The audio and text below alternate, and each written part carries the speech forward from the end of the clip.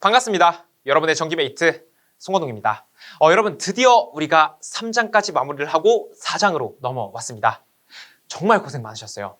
우리가 커다란 산 하나 넘은 거예요. 아니 우리 지금 3장까지밖에 안 했는데 무슨 큰 산을 넘었습니까? 큰 산 넘은 겁니다. 왜냐하면 단원으로 보면 3단원이지만 내용적인 측면에서 보면 굉장히 소중하고 중요한 개념을 우리가 클리어한 거예요. 이 개념을 가지고 앞으로 확장시킬 일만 남은 겁니다. 그래서 여러분이 조금 부담은 내려놓으셔도 돼요. 왜? 지금까지 배웠던 내용을 가지고 가지를 뻗어 나가는 것을 지금부터 시작할 거거든요. 그래서 여러분 이번 시간 4장 교류 전력을 함께 살펴보도록 하겠습니다. 자, 오늘의 키워드예요. 전력, 최대 전력의 전송, 복소 전력, 전력의 측정인데 뭐 하겠다는 거냐면 자, 전력은 크게 세 가지가 있습니다. 에? 전력이 세 가지가 있어요? 네, 세 가지가 있습니다. 어디서? 교류에서. 우리 이전에 했던 건 교류가 아니었잖아요. 교류에서 세 가지 표현할 수 있습니다. 첫 번째, 피상전력. 두 번째, 유효전력. 세 번째, 무효전력. 하나, 둘, 세 개 합친 것이 이제 교류전력에서 배울 내용입니다. 자, 그 다음에 최대 전력의 전송이라 그래서 어떤 부하가 있습니다. 부하라는 건 하나의 저항이라고 보시면 돼요. 저항이 있는데 이곳에 내가 전원을 공급해서 가장 최대로 전력을 공급할 수 있는 것이 조건이 어떻게 될까? 이거를 한번 알아보자는 겁니다. 그다음 복소 전력은 피상 전력을 구하면 유효와 무효로 나뉘거든요. 그때 이제 허수가 또 관여를 해요. 그때 실수와 허수가 어떻게 나뉘는지 복소 전력에 대해서 이야기해 볼 거고, 전력의 측정은 전압계 3개 그리고 전류계 3개를 통해서 어떤 부하의 역률과 유효 전력을 구해보겠다는 겁니다. 그래서 오늘은 이 키워드를 가지고 함께 호흡을 맞췄으면 좋겠습니다. 여러분 준비되셨나요? 준비되셨으면 이제 바로 한번 들어가 보겠습니다. 자, 제가 들어가기 앞서서 그림을 하나 그려볼게요. 이런 그림이 하나 있어요. 자, 뭘 그린 걸까요? 아직은 모르겠다, 그쵸? 자, 여러분 제가 이 구간을 60분이라고 적어볼 거예요. 60분. 그리고 이 구간을 10분이라고 적어볼 거예요. 그 다음에 나머지 이 구간을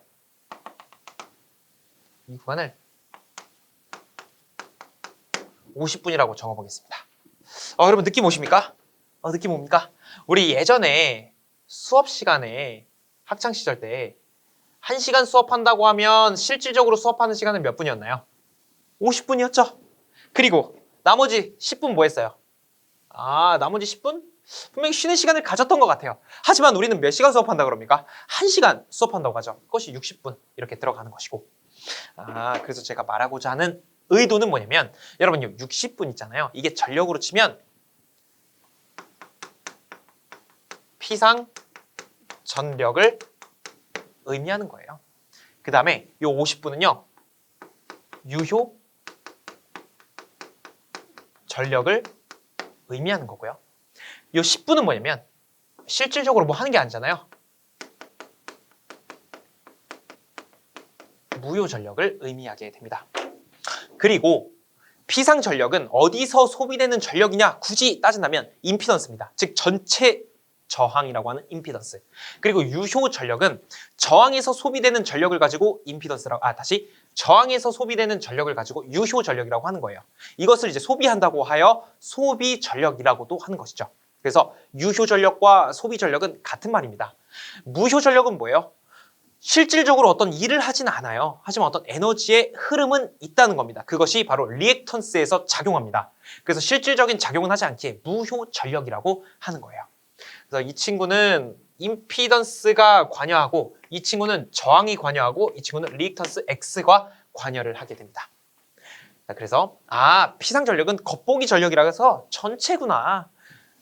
유효 전력은 실질적인 거구나. 무효 전력은 뭐 실질적인 게 아닌 거구나. 그러니까 피상 안에 뭐가 있어요? 유효와 무효가 들어있는 거예요. 마치 우리 수업 시간 60분 안에 50분의 실제 수업 시간과 10분의 휴식 시간이 있는 것처럼. 그래서 이렇게 비유로 일단 잡고 가시면 충분히 뒤에 내용 이해하기가 편리할 겁니다. 제가 이제 회로를 하나 그려보죠.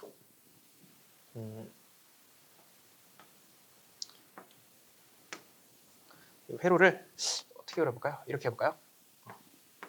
저항이 하나 있고 코일로 해보겠습니다. 리액턴스를 뭐 콘덴서로 해도 되지만 좀 예시를 들기 쉽게 코일로 만들어 보겠습니다. 여기에 전압 V를 써보고 여기를 R, 여기를 XL 이렇게 표현을 해볼게요. 그 다음에 전류 I가 이렇게 흘러가고 있습니다. 자, 이 전류 I가 R과 만나면 어떤 전력이 발생하는 거예요. 그리고 XL과 만나면 무효 전력, 여기는 유효 전력이 발생하는 거죠.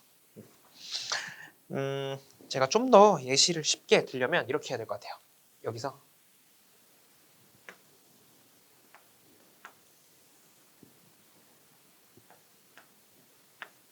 자, 이렇게 우리 그동안 배웠던 거 있는데 여기가 저항 R이었고요. 이곳이 XL이었고요. 이곳이 임피던스였다. 기억나시죠? 근데 여기에 I 제곱을 곱하잖아요. 그럼 어떻게 되냐면 전력 값으로 변화가 되는 거예요. 그래서 이게 어떻게 되냐면 똑같이 한번 그려볼게요. 물론 전류의 제곱이 곱해졌기 때문에 어떤 크기는 달라질 수가 있어요. 하지만 그 비율, 우리가 직각삼각형에서의 그 비율은 모두 같게 됩니다. 그래서 그 부분은 일단 염려하지 않으시고 봐도 돼요. 이렇게 한번 그려보죠. 비율은 똑같은 상태로 그렸다라고 봐주시면 돼요. 자, 여기서 I제곱에 Z를 곱하면 이게 바로 PA라는 P상 전력이 되는 거예요. 그 다음에 XL은 PR이라는 무효 전력이 되는 것이고 I제곱의 R 형태는 바로 P 유효 전력이 되는 겁니다. 마찬가지예요. 이렇게. 똑같죠? 그래서 지금부터 이것을 집중해서 봐주시면 되겠습니다. 그래서 PA, P, PR 이것은 어디서부터 온다? 전류 제곱을 하면 전력으로 바뀐다. 근데 이게 왜 이렇게 되는지 혹시 궁금하시다면 우리 P의 기본적으로 식이 VI라는 식이 있어요. 근데 V는 뭐예요? IR이죠. 저항만의 회로에서. 그러면 I 곱하기 R에 I가 있으니까 이거 하면 I 제곱에 R이란 말이에요. I 제곱의 R은 곧 P예요. 그래서 I 제곱의 R은 곧 P예요. 그래서 이렇게 되는 겁니다. 그럼 만약에 이 L만의 회로라면 V는 I의 XL이 될 거예요. 그래서 이 식으로 만들 수 있고 만약에 전체로 따진다면 I의 Z가 될 거예요. V가. 그래서 이렇게 표현할 수가 있는 겁니다. 그래서 지금은 임피던스, 저항, 리액턴스를 이렇게 표현하듯이 이 친구도 이렇게 똑같이 표현 가능하구나 이렇게 봐주시면 되고 여기서부터 이제 모든 식을 파생하기 시작할 겁니다. 자, 먼저 유효 전력. 여러분 유효 전력은 뭐라고 쓴다 그랬죠? P라고 쓴다 그랬죠? 여기 P. 유효 전력은 이렇게 P라고 쓰고 단위는 와트로 쓰는 겁니다. 그럼 어디서부터 출발한다고요? I제곱 R부터 시작한다고요. 그래서 I제곱에 R로 시작을 한다. I제곱에 R. 근데 이거 제가 한번 풀어볼게요. 여러분 잘 보세요. I를 이렇게 한번 풀어볼게요. I에 이렇게 써도 괜찮아요. I 곱하기 R. 그리고 이 I를 여러분 이 I가 뭐예요? 이 I잖아요. 뭐 소문자로 썼지만 임피던스 분의 전압으로 쓸 수 있죠. 왜? 이 전류는 전체 전류예요. 전체 전류는 전체 저항분의 전체 전압이니까 전체 저항이라는 것은 임피던스잖아요. 그래서 하나만 제가 바꿔볼게요. 하나만 바꾸면 임피던스 분의 전압 V가 될 것이고 I 곱하기 R이 될 것이다. 여기까지. 근데 잘 보세요. 여러분 다 왔습니다. 임피던스 분의 저항. 임피던스 분의 저항 이거 뭐예요? 코사인 세타라고요.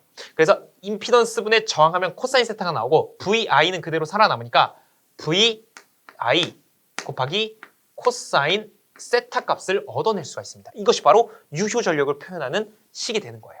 그러니까 우리가 식을 사용할 때 이것을 사용할 수도 있고 이 친구를 사용할 수도 있더라. 이렇게 봐주시면 되겠습니다. 자, 그 다음 무효 전력 한번 가볼까요?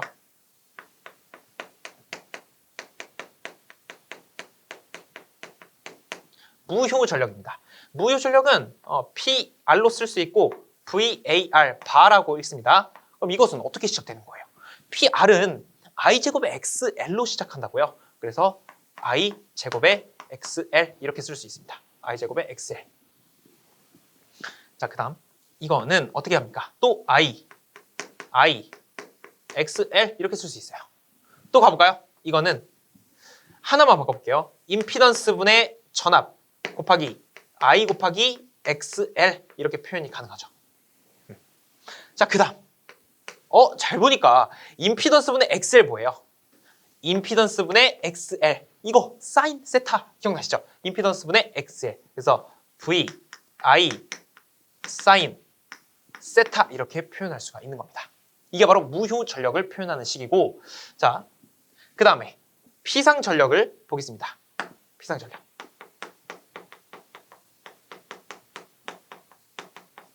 자, 피상 전력. 피상 전력은 PA라고 쓰는 거예요. PA. 단위는 볼트 암페어로 시작합니다. 이거는 역시 I제곱의 임피던스로 쓸 수 있고, 왜? I제곱의 임피던스.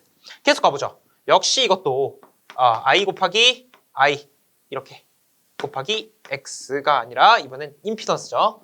임피던스 이렇게 가지고, 이거는 임피던스로 하나 바꿔볼게요. 임피던스분의 전압, 그 다음에 I 곱하기 Z. 그러면 약분 된다. 그래서 VI만 남게 되더라. 이런 식으로 전개시키는 게 피상 전력입니다. 그래서 여러분이 여기서 어떤 식을 가지고 가야 됩니까? I제곱 R, I제곱의 X, I제곱의 Z는 꼭 알고 계셔야 되는 것이고, 그 다음에 VI 코사인 세타, VI 사인 세타, 그 다음에 VI 이것까지. 왜 이렇게 여러 가지를 알아야 되냐면 문제에서 어떤 걸 줄지 몰라요. 무효 전력을 구해주세요 하고 사인 값과 V 값과 I 값을 줄 수도 있지만 XL 값과 I 값을 줄 수도 있다고요. 그래서 우리가 이 내용은 반드시 알고 있어야 됩니다. 자, 그 다음 조금 더 확장 한번 시켜보려고 하는데, 여러분 VI 요거 바꿔보고 싶지 않아요? VI가 뭐래요? PA라면서요. 그러면 PA 곱하기 코사인 세타는 유효전력 P랑 똑같겠네. 왜? VI가 PA라면서요. 그래서 PA 대신 쓴 겁니다. 자, 그럼 여기도 마찬가지. 이 VA는 PA 곱하기 사인 세타로도 쓸 수가 있겠더라. 그럼 여기서 말하는 PA 사인 세타는 뭐예요? 무효전력 PR이 되는 것이죠. 이런 식으로도 표현이 가능하다. 자, 그럼 이 친구도 한번 해보죠. VI는 곧 뭐라고 쓸 수 있어요? VI는 코사인 이쪽으로 넘겨봐요. 그럼 코사인 분의 P라고 쓸 수 있습니다. 그래서 코사인 세타 분의 P 이렇게 쓸 수 있고, 그러면 여기도 되지 않겠습니까? VI만 냅두고 사인을 이쪽으로 넘겨보는 거예요. 즉 PA만 냅두고 사인을 넘겨보는 거죠. 그러면 사인 세타는 다시 사인 세타분의 PR 이렇게 되나요? 자, 그럼 어떤 표현도 가능하다는 얘기예요. 지금 이 표현도 가능하고요. 그 다음에 이 표현도 가능하고 이 표현 모두 가능하다는 얘기입니다. 그래서 여러분이 나중에 이거 한 번에 정리하려고 그러면 너무 헷갈려요. 아니, 전력을 언제 뭘 쓰는 거야? 이런 생각이 들 수 있단 말이에요. 그래서 여러분이 지금 제가 체크해 드린 것만 이해를 하고 계시면 됩니다. 그 다음 나중에 왜 I제곱의 R이 아니라 I는 R분의 V제곱 이런 게 나올 거거든요. 근데 이거는 잘 안 쓰여요. 만약에 쓰인다고 하더라도 하나의 부하에서만 사용하고 병렬 회로에서만 사용합니다. 근데 보통은 회로를 간소화시켜서 이런 형태로 적용하니까 이대로 가주시고, 보통 다 직렬 회로에서 사용되고 이 친구는 병렬에서 사용된다. 그래서 이 친구를 만났다라고 한다면 지금 병렬 회로 해석하나? 이렇게 봐주시면 되겠습니다. 그래서 해당 내용과 관련해서 더 확장되는 내용이 있잖아요. 그래서 RX 회로 이제 전력 계산 여러 가지가 나오는데 교재 한번 보시면서 결과식 우측에 가장 우측에 결과식만 있잖아요. 그 결과식 정도만 보고 넘어가셔도 상관없습니다. 그래서 전력은 이 정도로만 보고 우리 문제풀이 한번 개념하기 문제 들어가 보겠습니다. 자, 문제 한번 읽어볼게요. 유효 전력의 단위를 쓰시오. 유효 전력의 단위, 이거 와트죠. 무효 전력의 단위 VAR이라고 하는 바. 그 다음에 피상 전력의 단위를 쓰시오. 볼트, 암페어 이렇게 가주시면 되겠습니다.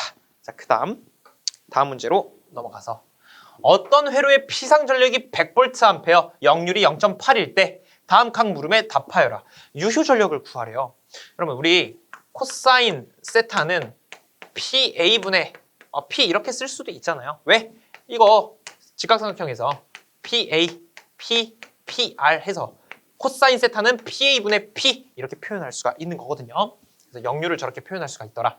그럼 유효 전력을 구하라고 하니까 아까 봤던 공식이네요. P는 PA 곱하기 코사인 세타가 될 것이고, PA가 100이래요. 그 다음 코사인 세타가 0.8이래요. 이거는 80 나옵니다. 80. 그래서 유효 전력은 80W가 되는 겁니다. 80W. 자, 무효 전력을 구하라고 합니다. 무효 전력은 우리 아까 했던 것처럼 다시 제가 상기를 시켜드리면 PR, 사인 세타는 이거죠. PA분의 PR, PA분의 PR, 이거 사인 세타. 그래서 우리 아까 맨 마지막 식에 PR은 사인 세타 곱하기 PA 이거 있었잖아요. 그러면 사인 세타는 뭐예요? 몰라요. 아직 몰라요. PA는 100이래요. 자, 그럼 사인 세타만 구하면 되더라. 근데 사인 세타 어떻게 구하지? 여러분 이런 식이 있어요. 제가 초반에 이거 삼각함수에서 이거는 꼭 암기를 해달라고 부탁드렸죠. 사인 제곱 세타는 다시 사인 제곱 세타 플러스 코사인 제곱 세타는 1이다. 그럼 여기서 코사인 알고 있잖아요. 우리 사인이 궁금하다고요. 그러면 1 마이너스 코사인 제곱 세타. 그 다음에 여기 루트를 씌워보는 거예요. 루트. 그럼 얘 루트 사라지죠. 이렇게. 그러면 사인 세타는 1 마이너스 코사인 제곱 형태로 나온다는 얘기예요. 우리 코사인 값은 역률 0.8이기 때문에 알고 있다고요. 그러면 루트에 1 마이너스 0.8에 제곱하면 이거 0.6 나와요. 그래서 사인에 0.6 집어넣고 100을 곱하면 60W 나옵니다. 이렇게 풀이해야 돼요. 그래서 여러분이 이것만 알면 충분히 풀이할 수 있는 내용이니까 한번 쭉 봐주시면 되겠습니다. 여기서 중요한 것은 사인 제곱, 코사인 제곱은 1이다. 이렇게 봐주시면 되겠네요.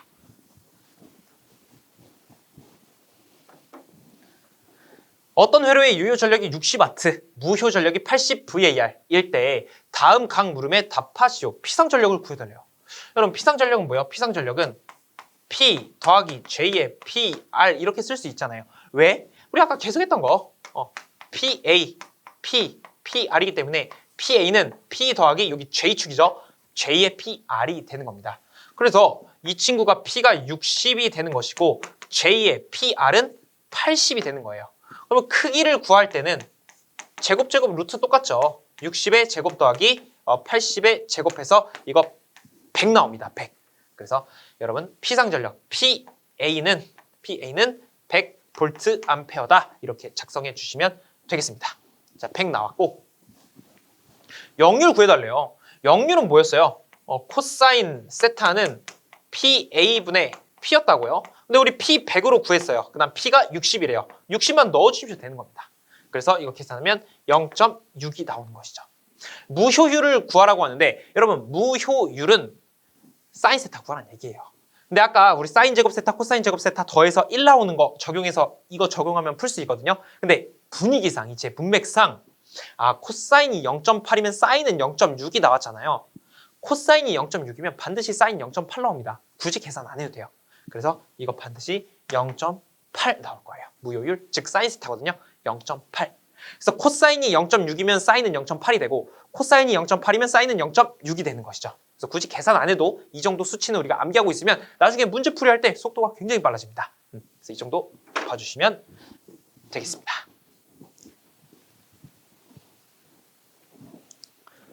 자, 그러면 이제 최대 전력의 전송을 같이 보겠습니다. 그러니까 최대 전력 전송은 아까 말씀드린 것처럼 내가 어떻게 하면 최대 전력을 전송할 수 있지? 이것을 이야기해보자는 거예요. 자,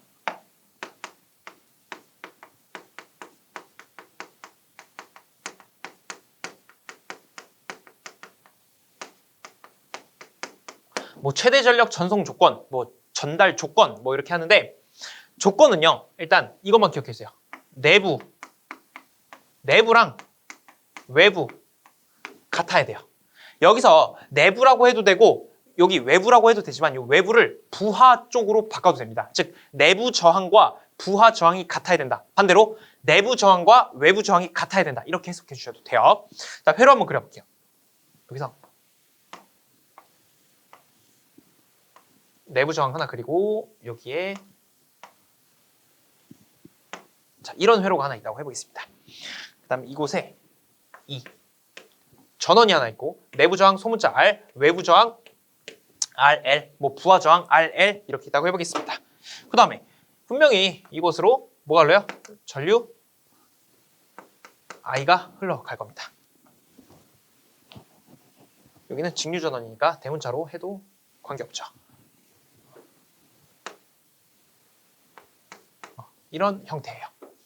자, RL, 즉 부하 쪽에 최대 전력을 전송하고 싶다는 겁니다. 한번 해보죠.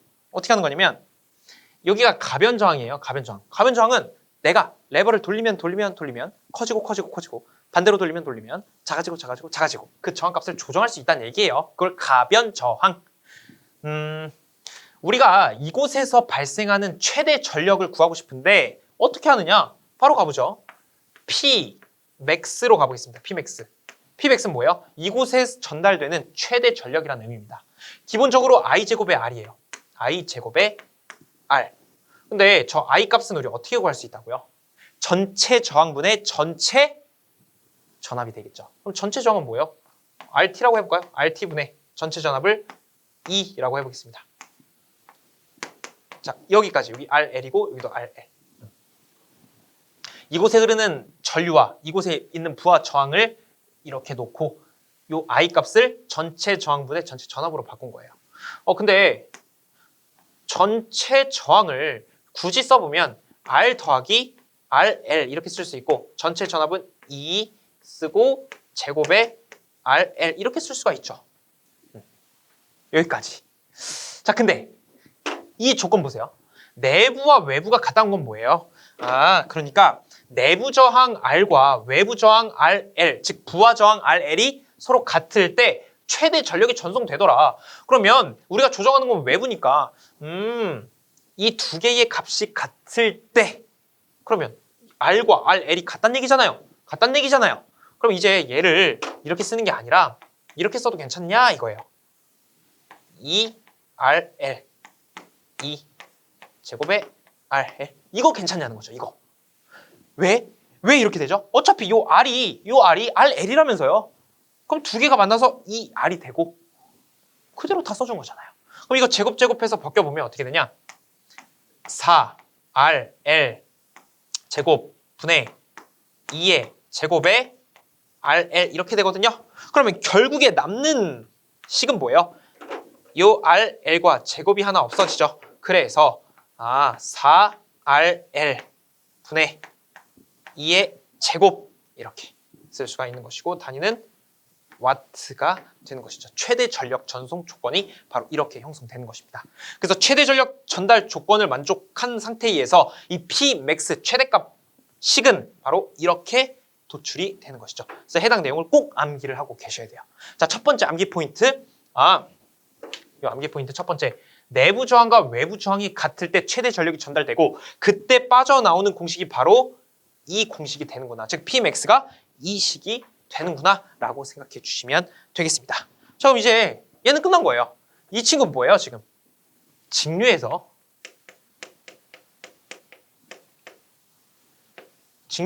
이제 교류에서 한번 보자고요. 교류.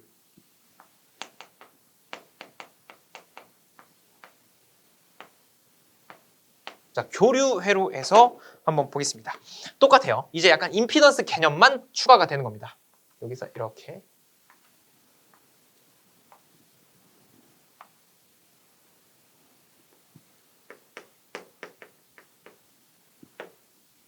이런 회로가 있습니다. 그 다음에 여기도 내부 저항. 이번엔 임피던스이기 때문에 이렇게 네모칠해서 제가 표현을 해볼게요. 이곳을 R, 이렇게 표현을 하죠. 이곳을 내부 저항, ZG, 내부 임피던스라고도 합니다. 그 다음에 ZL, 부하 임피던스, 그 다음에 전원 E라고 하고 전류 I가 흐른다고 해볼게요. 자, 똑같죠? 여기까지는. 다만 저항을 임피던스로만 표현했을 뿐입니다. 자, 역시 똑같아요. 교류에서도 결국에는 내부 임피던스와 외부, 여기서 말하는 외부는 부하라고 해도 관계없습니다. 근데 우리 교재에 따라서 외부 말고 부하로 제가 정의를 다 내려볼게요. 내부, 부하 이렇게. 그다음 여기도 내부와 부하가 같아야 된다. 근데 교류에서는 한 가지 특징이 좀 있습니다. 뭐냐면 분명히 이 내부 임피던스와 외부 임피던스가 같기는 같아야 되는데 어떠한 형태로 같아야 되냐면 켤레 복소수 현 형태와 같아야 된다는 겁니다. 켤레 복소수가 도대체 뭐예요? 켤레 복소수 뭐냐면 얘가 지금 임피던스니까 분명히 A 더하기 J의 B 하나 이렇게 나올 것이고 뭐 C 플러스 J의 D 이렇게 나올 텐데 이 친구가 이 친구 이렇게 있잖아요. 근데 지금 같다라고 표현을 했으니까 하나로만 해볼게요. 자, A 플러스 J의 B가 있으면 이 녀석의 켤레 복소수는 뭐가 되냐면 A 마이너스 J의 B가 되는 거예요. 즉 똑같이 다 써놓고 허수부의 부호만 좀 반대로 바꿔놓으면 그것이 공액을 취했다 혹은 켤레 복소수다 이렇게 표현하는 겁니다. 그래서 이런 형태로 같아야 돼요. 서로 둘이 똑같긴 똑같아야 되는데 허수부의 부호가 다르면서 똑같아야 됩니다. 그래야 최대 전력 전달 조건이 만족되는 거예요. 자, 그래서 똑같이 해볼게요. P max는 B max. 자, 같이 가보죠.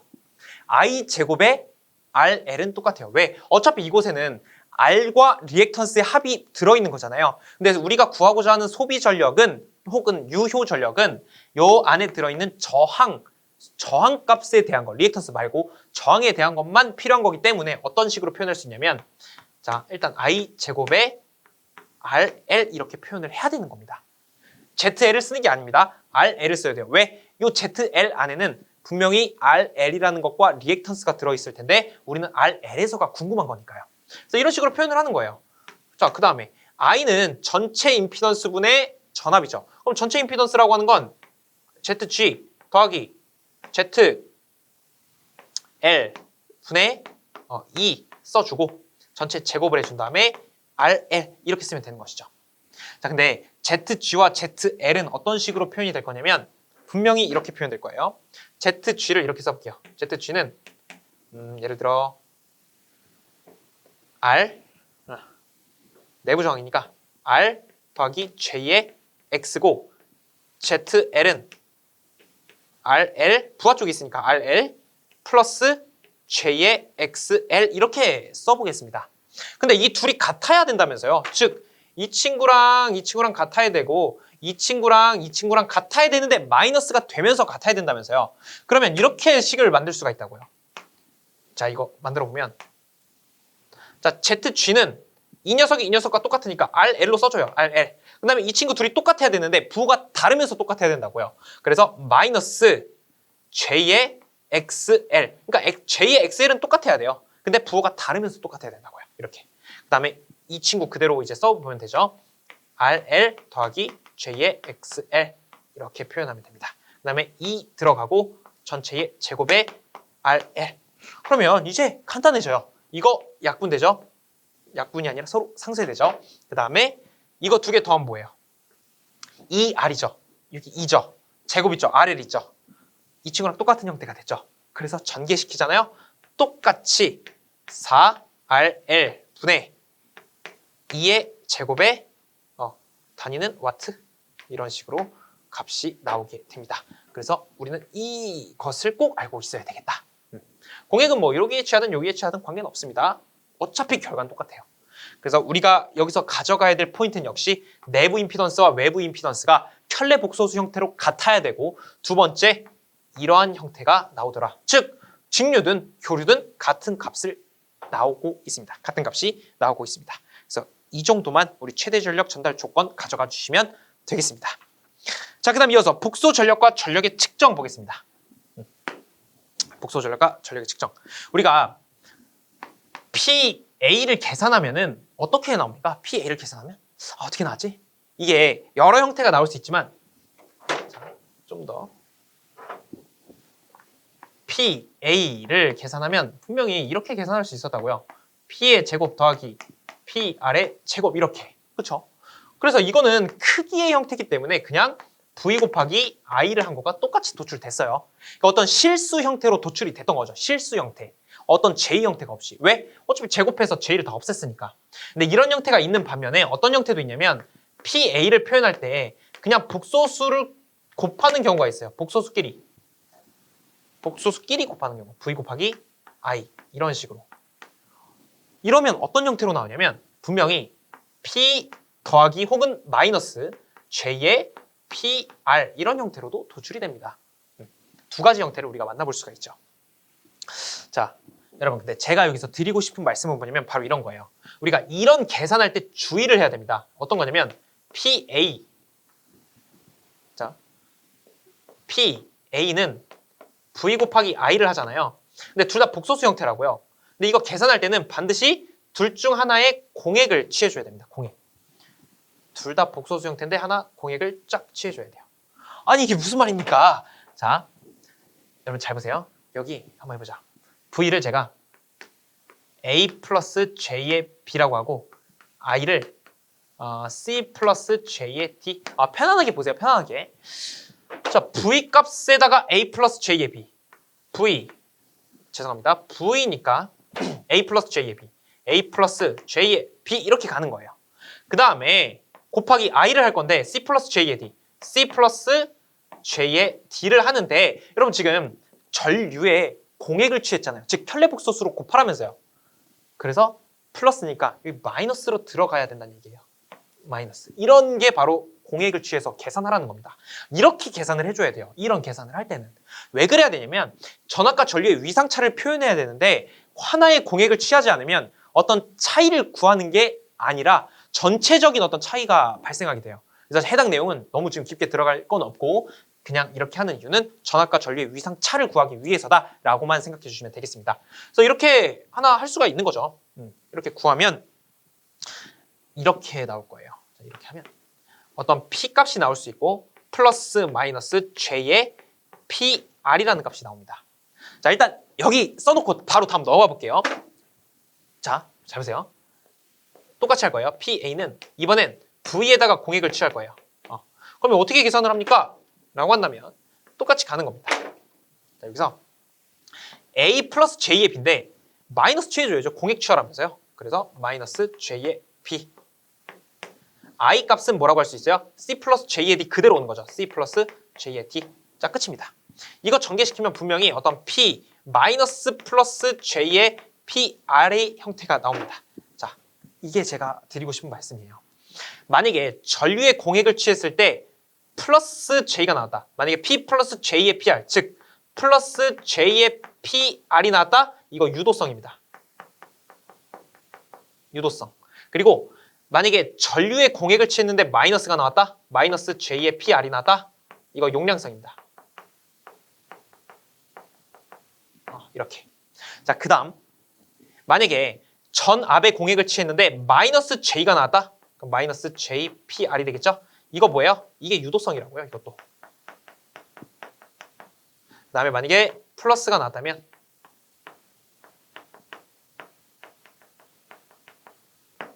이렇게 표현을 할 수가 있습니다.